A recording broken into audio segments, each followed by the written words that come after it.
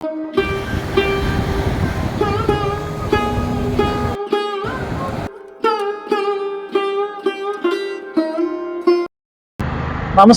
എൻട്രാക്കട്ട് entertainment travel culture എന്ന ഈ ചാനലിലേക്ക് ഏവർക്കും സ്വാഗതം.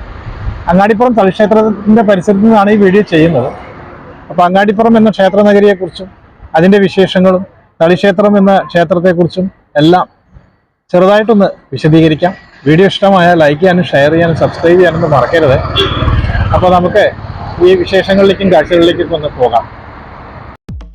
കിഴക്ക് അട്ടപ്പാടി മലനിരകളും അതായത് സൈലന്റ് വാലി വരെ, പടിഞ്ഞാറ് അറബിക്കടലും തെക്ക് ഭാരതപ്പുഴയും വടക്ക് പന്തല്ലൂർ മലനിരകളുമായിരുന്നു കേരളത്തിലെ പഴയകാല സാമ്രാജ്യമായിരുന്ന വള്ളുവനാടിൻ്റെ അതിരുകൾ. വള്ളുവക്കോനാതിരി, ആറങ്ങോട്ടിരി എന്നൊക്കെ പേരിൽ ഇവരറിയപ്പെട്ടിരുന്നു. ഇവരെ മിക്ക രേഖകളിലും ആറങ്ങോട്ട് സ്വരൂപം എന്ന പേരിലാണ് വിശേഷിപ്പിച്ചിരിക്കുന്നത്. അങ്ങാടിപ്പുറമായിരുന്നു വള്ളുവനാടിൻ്റെ തലസ്ഥാനം.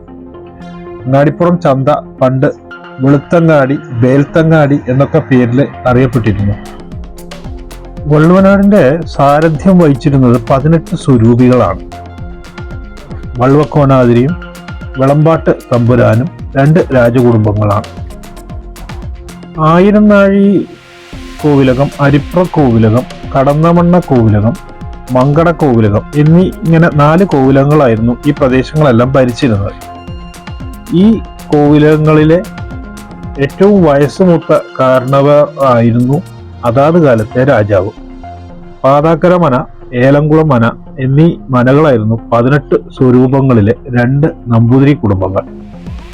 പുതുമന പണിക്കർ, ചന്ദ്രത്തിൽ പണിക്കർ, വേർപോട്ട് പണിക്കർ, വയങ്കര പണിക്കർ എന്നിവരാണ് സ്വരൂപത്തിലെ 4 പണിക്കന്മാർ.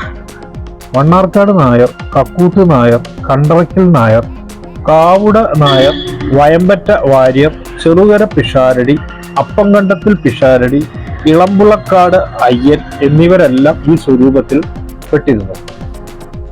നമുക്ക് ഇവിടെ വാഹനം പാർക്ക് ചെയ്യാനുള്ള സ്ഥലമൊന്നും ഇതുവരെ കിട്ടിയിട്ടില്ല.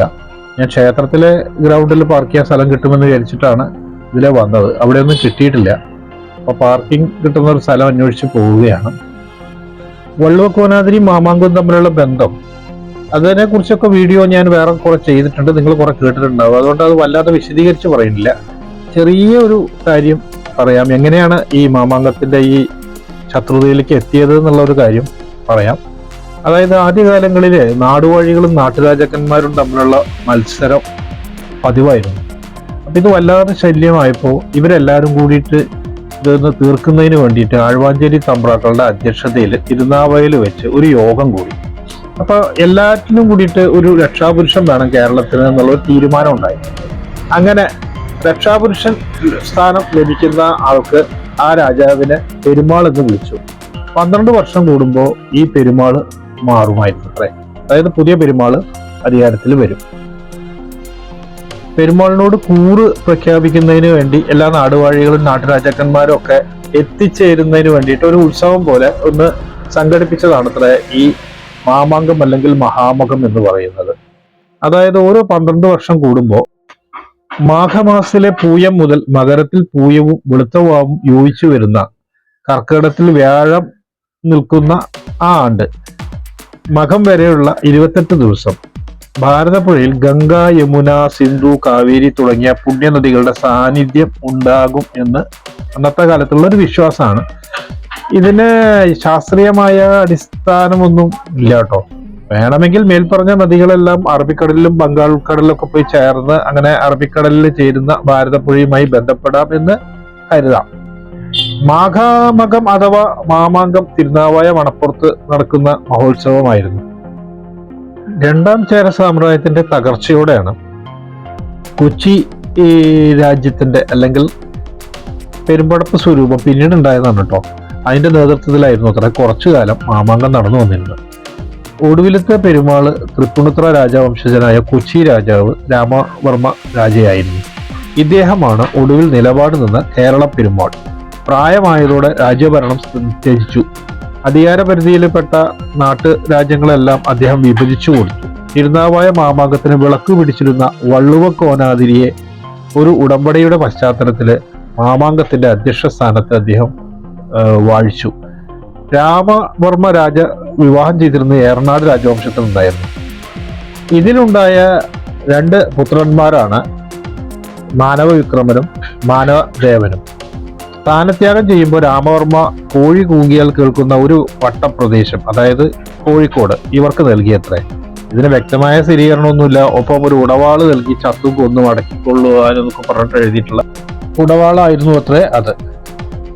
രാമവർമ്മ രാജ പിന്നീട് സന്യാസം സ്വീകരിച്ച് സുന്ദരമൂർത്തി എന്ന പേരിൽ തിരുവഞ്ചിക്കുളത്ത് ശിഷ്ടകാലം കഴിച്ചു കൂട്ടിയത്രേ. ചിലവർ പറഞ്ഞ ഇദ്ദേഹം മക്കത്ത് പോയി എന്നൊക്കെയാണ്. ഇതിനൊന്നും ഒരു സ്ഥിരീകരണവുമില്ല.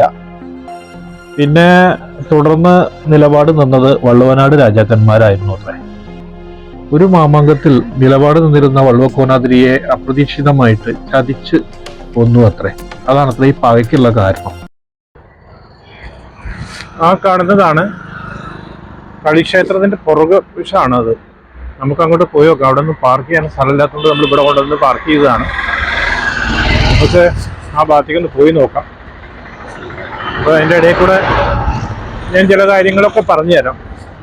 വളരെയധികം ഒരുപാട് സമരങ്ങളൊക്കെ നടത്തി തുറന്ന ഒരു ക്ഷേത്രമാണിത്. ഇതിൻ്റെ തൊട്ടപ്പുറത്ത് തന്നെ ഒരു മസ്ജിദും ഉണ്ട്. അപ്പോൾ 1968 കേളപ്പജിയുടെ നേതൃത്വത്തിലാണ്, മലബാർ ക്ഷേത്ര സംരക്ഷണ സമിതിയുടെ നേതൃത്വത്തിൽ, അതായത് കേളപ്പജി ആയിരുന്നു അതിൻ്റെ ലീഡർ. അദ്ദേഹമാണ് ഇവിടെ സമരം നടത്തി ഈ ക്ഷേത്രം തിരിച്ച് പിടിച്ച് ഇങ്ങനെ ഒരു ക്ഷേത്രമാക്കി മാറ്റിയത്. ഇവിടെ കാട് പിടിച്ച് കിടക്കുകയായിരുന്നു ഒരു ശിവലിംഗം. ഏത് കാലത്ത് തുടങ്ങിയതാണ് അല്ലെങ്കിൽ എന്നുള്ളത് കൃത്യമായിട്ട് അറിയില്ല. കാരണം സാമൂതിരിയുടെ കാലത്താണെന്ന് പറയുന്നുണ്ട്, അതല്ല അതിൻ്റെ മുമ്പുള്ളതാണെന്ന് അറിയില്ല. കാരണം ഇതൊരു തളിക്ഷേത്രം എന്ന് പറയാനുള്ള കാരണം, തളി എന്ന് പറയുന്നത് ഓരോ ക്ഷേത്രത്തിൻ്റെയും ഭരണാധികാരികൾ, അതിൻ്റെ തളിയാതിരികൾ എന്നാണ് പറയുക. അതിന് കുറച്ച് സ്ഥലങ്ങളൊക്കെ ഉണ്ടായിരുന്നു.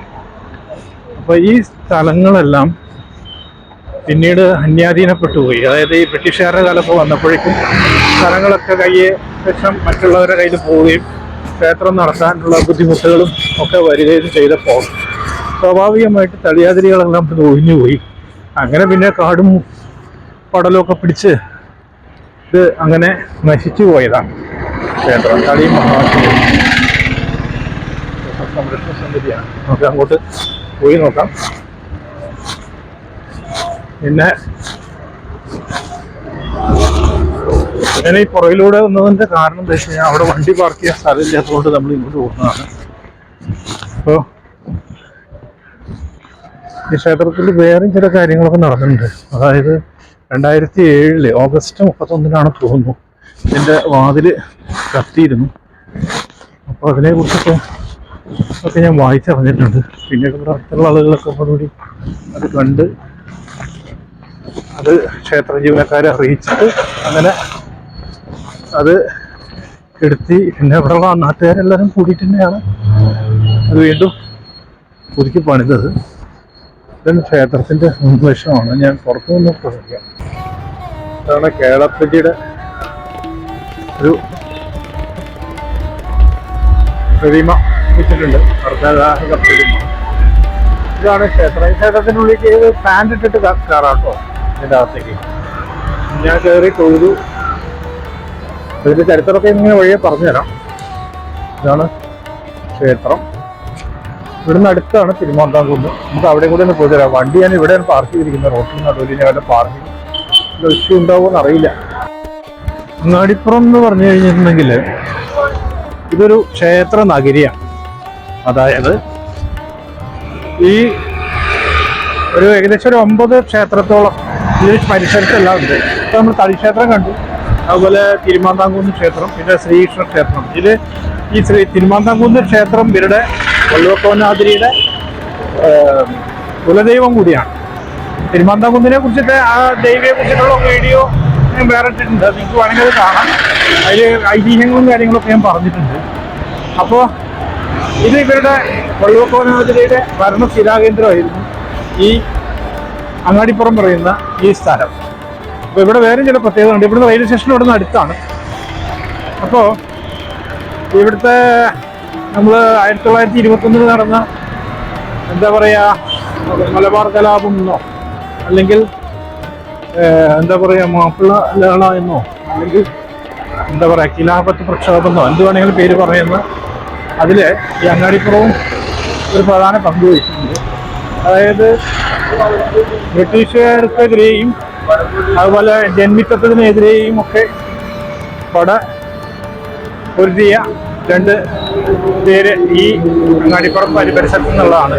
അതിലൊന്ന് നാരായണ മേനോനാണ്, പിന്നെ ഒന്ന് മുഹമ്മദ് മൗലവിയാണ് കട്ടിലശ്ശേരി. അപ്പം ഇവർ നടത്തിയ അല്ലെങ്കിൽ ഇവരുടെ ഒരു പങ്കായിരുന്നു പിന്നീട് നല്ല ഉദ്ദേശത്തോടു കൂടി തുടങ്ങിയ ഒരു പ്രക്ഷോഭം പിന്നീട് അങ്ങനെ എന്താ പറയേണ്ടത്, അത് പിന്നീട് ഒരു കലാപമായി മാറുകയും ആദ്യകാലത്തിൽ ഹിന്ദുക്കളും മുസ്ലിങ്ങളൊക്കെ ഒരുമിച്ച് ഉണ്ടായിരുന്നത് പിന്നീട് അത് വെറും മുസ്ലിങ്ങളുടെ കലാപമായിട്ട് മാറുകയൊക്കെ പിന്നീട് ചെയ്ത ദുഃഖകരമായ പല സംഭവ വികാസങ്ങളും ഉണ്ടായി. അതിനെക്കുറിച്ചിട്ടൊക്കെ ഞാൻ ഒരു വീഡിയോ ചെയ്തിട്ടുണ്ട്, അതുകൊണ്ട് ഞാൻ കൂടുതൽ പറയുന്നില്ല. പിന്നെ ഈ അങ്ങാടിപ്പുറത്തിൻ്റെ ഒരു പ്രത്യേകത എന്ന് പറയുന്നത് ഇവിടെ ഒരു തരം കല്ലുണ്ട്, അതായത് ലാറ്ററൈറ്റ് കല്ലാണ്, വെട്ടുകല്ല്. ഈ വെട്ടുകല്ല് ഇവിടുന്ന് ധാരാളമായിട്ട് പോകുന്നുണ്ട്. അപ്പോൾ ഇതാണ് തിരുമാന്താംകുന്ന് ക്ഷേത്രത്തിലേക്കുള്ള വഴിയാണ് നമ്മൾ കാണുന്നത്. തിരുമാന്താംകുന്നൊന്ന് പോയി നോക്കാം. അപ്പോൾ ഈ വഴി കൂടെ പോകും, ഫ്രണ്ടിൽ കൂടെ നമ്മൾ വന്നതാണ്, അതുകൊണ്ടാണ്. ഇതൊക്കെ നല്ല തിരക്കുണ്ടെന്ന് ക്ഷേത്രം. അപ്പോൾ ഏതായാലും വണ്ടി ഞാൻ അവിടെ പാർക്ക് ചെയ്തത് നന്നായി, എനിക്കിപ്പോൾ തോന്നുന്നു. ആ കാണുന്നതാണ് തിരുമാന്താംകുന്ന് ഭഗവതി ക്ഷേത്രം. ഇവിടെ ധാരാളം കല്യാണങ്ങളൊക്കെ നടക്കാറുണ്ട്, വിവാഹങ്ങളൊക്കെ നടക്കുന്നുണ്ട്. ഇന്ന് ഞായറാഴ്ചയാണ്, അതുകൊണ്ട് നല്ല തിരക്കുണ്ട്. പിന്നെ അയ്യപ്പന്മാരുടെ ഒക്കെ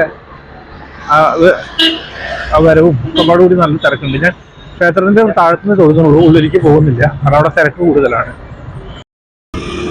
അപ്പോൾ ഞാൻ നേരത്തെ ഒരു കാര്യം പറഞ്ഞത്, ഇവിടെ ഒരു പ്രത്യേകതയുള്ള ഒരു കല്ലുണ്ട്, അതാണ് ഈ വെട്ടുകല്ല്.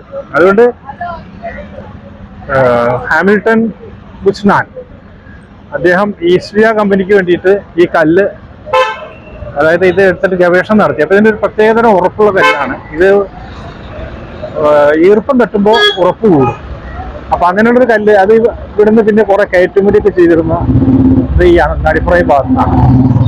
അത് ഗുഡ്സ് ട്രെയിനൊക്കെ ഇവിടെ നിലമ്പൂരിൽ നിന്ന് തടി കൊണ്ടുപോകാനും അതുപോലെ തന്നെ ഇങ്ങനത്തെ കല്ലുകളൊക്കെ കൊണ്ടുപോകാൻ വേണ്ടിയിട്ടായിരുന്നു ഇതുണ്ടായിരുന്നത്. അപ്പോൾ ക്ഷേത്രത്തിൻ്റെ ഉള്ളിരിക്കുന്ന നല്ല തിരക്കുണ്ട്.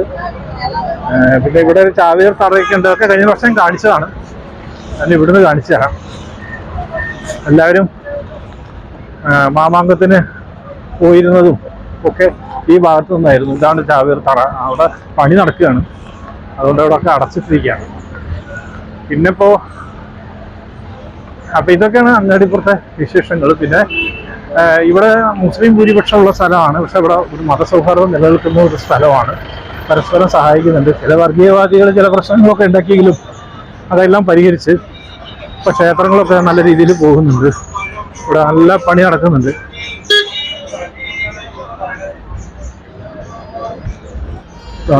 ചാവേർത്തറ ഇവിടെയാണ് മാമാങ്കത്തിന് പോയിരുന്നത് വില്ലാളി വീരന്മാരൊക്കെ.